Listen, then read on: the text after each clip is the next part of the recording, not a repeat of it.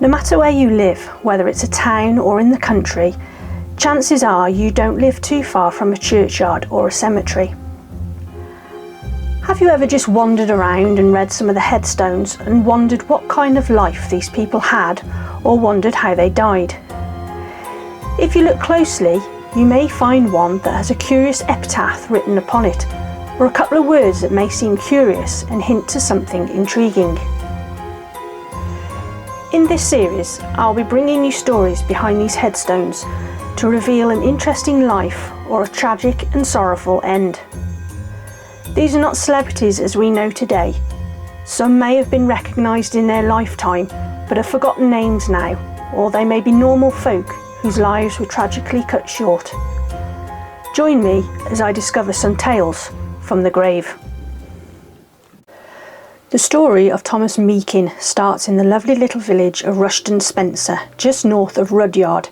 It then moved to the town of Stone and finally ends in the churchyard here of St Lawrence in Rushden Spencer, and centres on the belief that Thomas MEAKIN was buried alive. In this quaint English village sits a church of St Lawrence the Martyr, built of stone and huge wooden timbers taken from the surrounding forest. The church was constructed around the time of King John's reign and became known locally as the Chapel in the Wilderness. Within the churchyard, framed by yew trees and firs, lies the grave of the young Thomas MEAKIN, and along with it, the sinister story of what happened to a seemingly healthy and hard-working young man. Thomas moved to Stone in 1780 and started working as a groom for the local apothecary.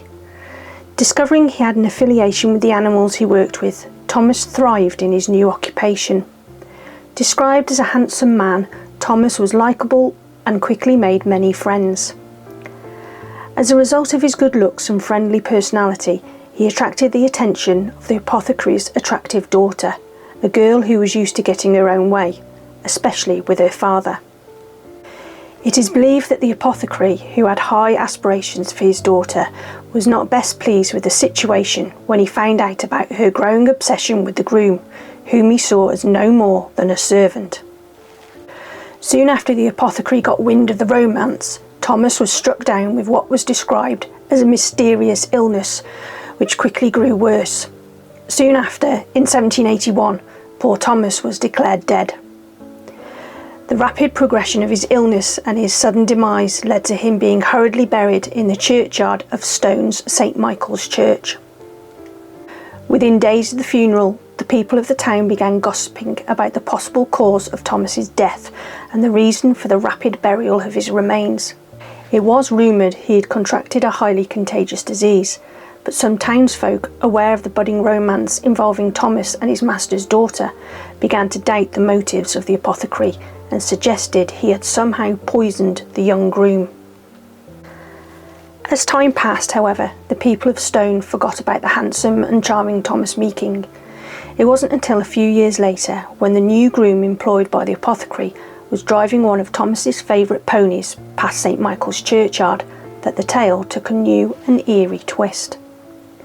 As they reached the churchyard, the pony broke free from the new groom's hold and trotted into the graveyard. As he followed the animal, the new groom saw it was scraping with its hooves at the grave of his predecessor, furiously ripping up the turf. The groom returned to town and told people what had happened in the churchyard. Hearing the tale, friends of the deceased Thomas began to grow suspicious once again. After much discussion, they decided to exhume his body. At this point, suspicion turned to horror. Those opening the coffin were shocked to see Thomas's corpse lying face down. The townfolk believed this meant Thomas MEAKIN had been given a strong drug to sedate him and make it look like he had died. The poor man had then been buried alive. Learning of this shocking story, Thomas's family took his remains to the village where he was born and laid them to rest in the churchyard of Rushden Spencer, with his grave facing west, not east, as a means of preventing his tormented soul from wandering. The parish register at Stone states that Thomas MEAKIN of Stone was buried July 16th, 1781, and was removed thence and buried at Rushden Spencer, July 17th, 1782. His west-facing gravestone reads, Memento Mori, Thomas, son of Thomas and Mary Meakin, interned July 16, 1781, aged 21 years. As a man falleth before wicked men, so fell I. Bia Thanatos. Memento mori means be mindful of death, and bia thanatos means death by violence. No charges were brought against anyone in connection of Thomas Meakin's death.